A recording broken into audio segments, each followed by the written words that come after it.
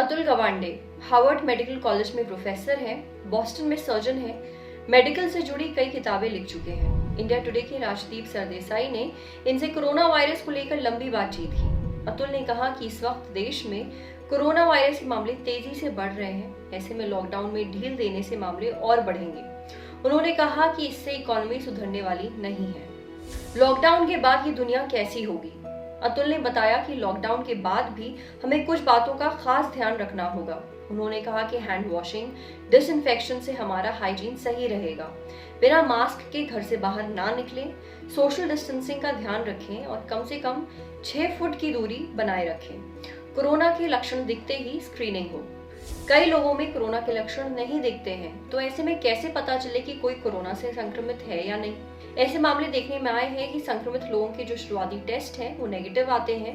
ऐसे में आपको खुद ही ध्यान रखना चाहिए। आपको अगर कोरोना वायरस से संबंधित कोई भी लक्षण दिखे तो आपको तुरंत हॉस्पिटल जाना चाहिए, लेकिन अगर आपको नहीं पता चल रहा है तो आप मास्क लगाकर दूसरों को बचा सकते हैं।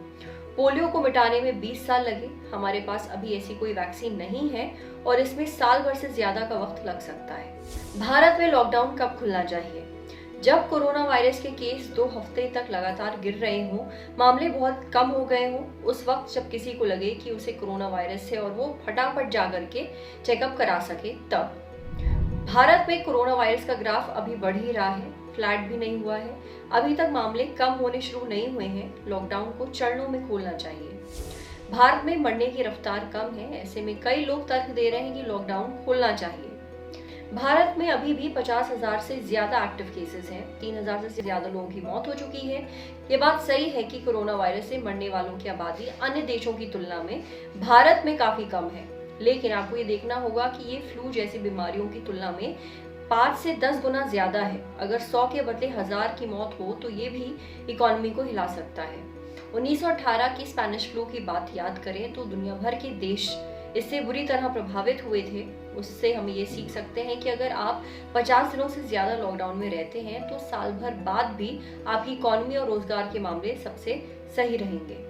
सेकेंड वेव को लेकर के अतुल ने कहा कि बहुत ज्यादा महत्वपूर्ण है। भारत को अपनी टेस्टिंग क्षमता बढ़ानी होगी, लोगों को समझाना और सिखाना होगा। हेल्थ इंफ्रास्ट्रक्चर को बेहतर किए जाने की जरूरत है। अगले 4 हफ्ते में भारत शायद ग्राफ को नीचे ले जाए। मास्क, सोशल डिस्टेंसिंग जो है नया नॉर्मल होते जा रहा है, नया नॉर्मल बन रहा है। हमें इसके साथ जीना सीखना होगा। नमस्कार, आदाब, मेरा नाम है सरवत। आप देख रहे हैं दी ललन टॉक। ये वीडियो फेसबुक पे देख रहे हैं तो हमारे फेसबुक पेज को लाइक करिए, यूट्यूब पे देख रहे हैं तो हमारे चैनल को सब्सक्राइब करिए, बेल आइकन पर जरूर क्लिक कर दीजिए ताकि जब भी हम कोई नया वीडियो अपलोड करें तो उसका नोटिफिकेशन आप तक सबसे पहले पहुंचे। Thank you.